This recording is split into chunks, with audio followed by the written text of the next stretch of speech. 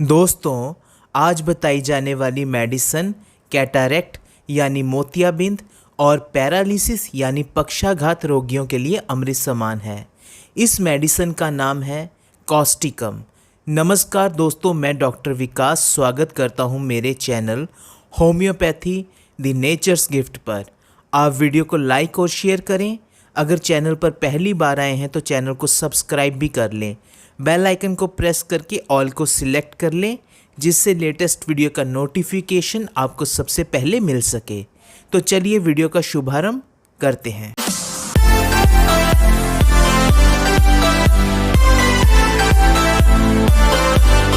Causticum mineral kingdom की medicine है। पहले जानते हैं कि कॉस्टिकम हमारे शरीर में कहाँ कहाँ पर कार्य करती है, यानी एक्शन ऑफ कॉस्टिकम।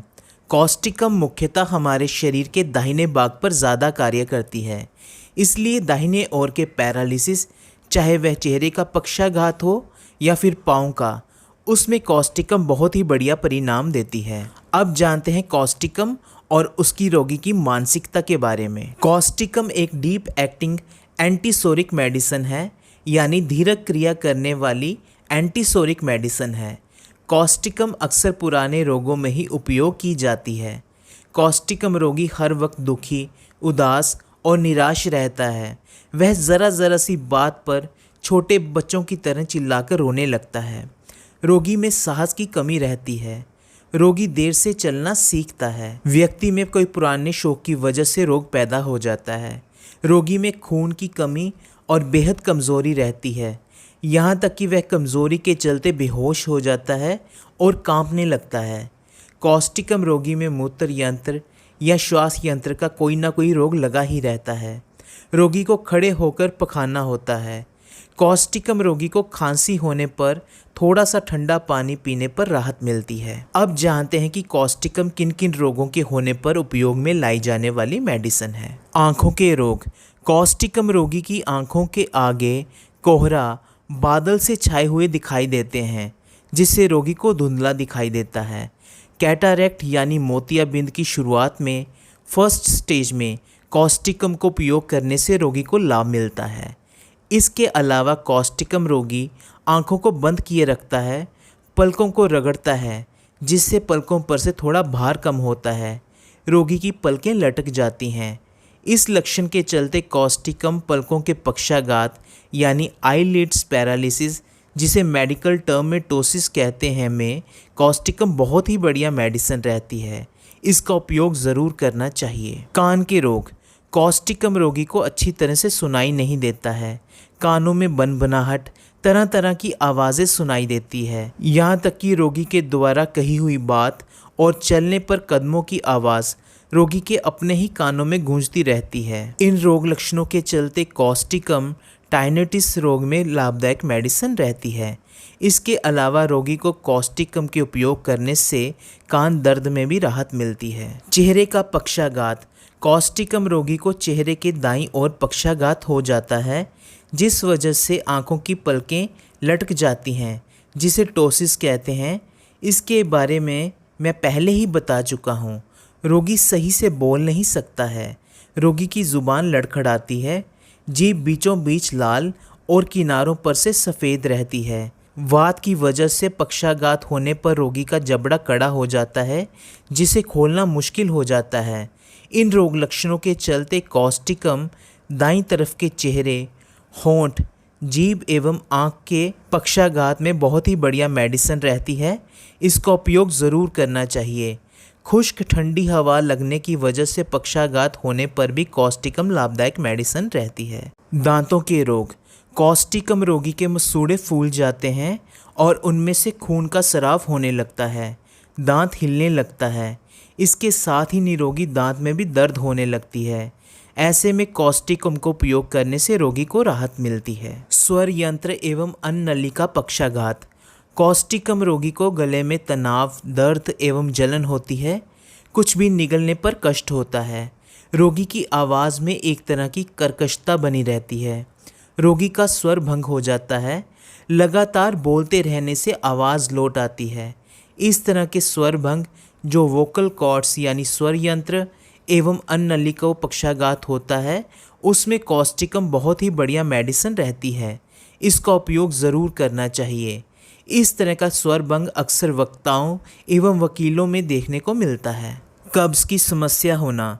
कॉस्टिकम रोगी को बार बार पखाने का वेग बढ़ता है, हाजत होती है लेकिन पखाना नहीं होता।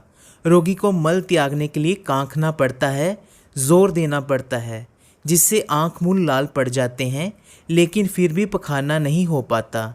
फिर कहीं रोगी खड़े होकर आसानी से मल त्याग पाता है। कभी कभी मल पर आंव लिपटी रहती है। इस तरह के कब्ज़ के रोग लक्षण मिलने पर जहां रोगी खड़े होकर आसानी से मल त्याग पाता है वहां पर कॉस्टिकम बहुत ही बढ़िया मेडिसिन रहती है। इसके अलावा कॉस्टिकम रोगी को बवासीर रोग होने पर प्रायः कब्ज़ की समस्या बनी रहती है। रोगी को ऐसा लगता है मानो जैसे मल द्वार में मस्सा अटका हुआ हो। बवासीर में तनाव का दर्द, यंत्रणा, सूजन, खुजली इत्यादि कई लक्षण दिखाई देते हैं। जोर से बोलने और चलते फिरते रहने से तकलीफ बढ़ती है। ऐसी परिस्थिति में कॉस्टिकम के उपयोग से रोगी को राहत मिलती है। मूत्र यंत्र का रोग। कॉस्टिकम रोगी ज़रा सा भी पेशाब का वेग संभाल नहीं पाता है। पेशाब प्रायः अनजान में निकल जाता है। रोगी को पता भी नहीं चलता है कि पेशाब हो रहा है या नहीं। खांसने, छींकने, नाक झिड़कने और चलते फिरते समय रोगी का पेशाब निकल जाता है, जिससे रोगी को पता भी नहीं चलता है। रोगी रात के समय बिस्तर गीला कर देता है। इन रोग लक्षणों में कॉस्टिकम बढ़िया मेडिसिन रहती है। इसके अलावा पेशाब में लिथिक एसिड और लिथेट्स ज़्यादा मात्रा में होने पर भी कॉस्टिकम लाभदायक मेडिसिन रहती है। मस्सों का होना। कॉस्टिकम रोगी का मस्सा ठोस और आकार में छोटा और चिपटा या नोकदार रहता है, जो अक्सर आँखों की पलक, नाक की नोक, हाथ की उंगली और नाखून के किनारे पर होते हैं। यहाँ पर कॉस्टिकम के उपयोग से अच्छे परिणाम मिलते हैं। श्वास यंत्र का रोग। कॉस्टिकम रोगी के गले में सूखापन और आवाज़ में हॉर्सनेस यानी कर्कशता रहती है। खांसी होती है।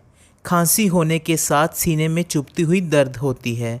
रोगी बलगम निकालने का प्रयास करता है लेकिन विफल रहता है। रात के समय खांसी बढ़ जाती है।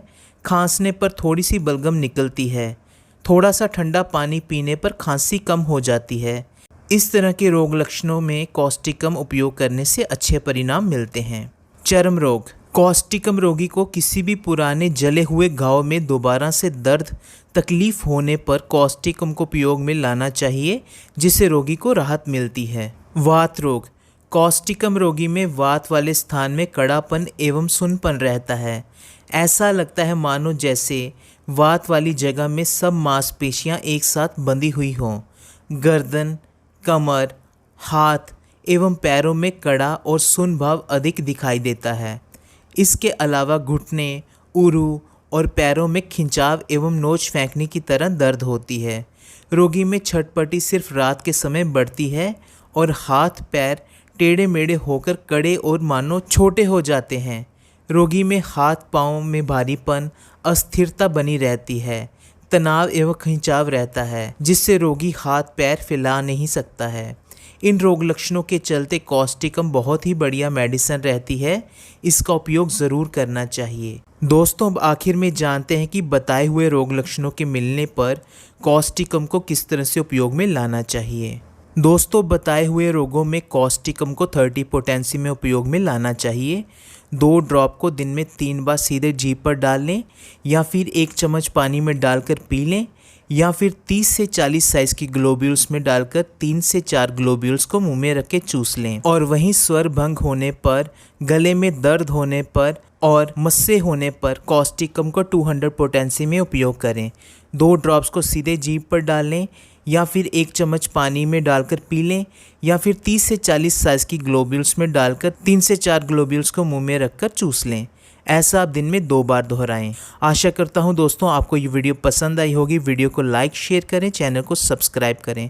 Thanks for watching my video and wait for the next one. Till then, healthy India, happy India.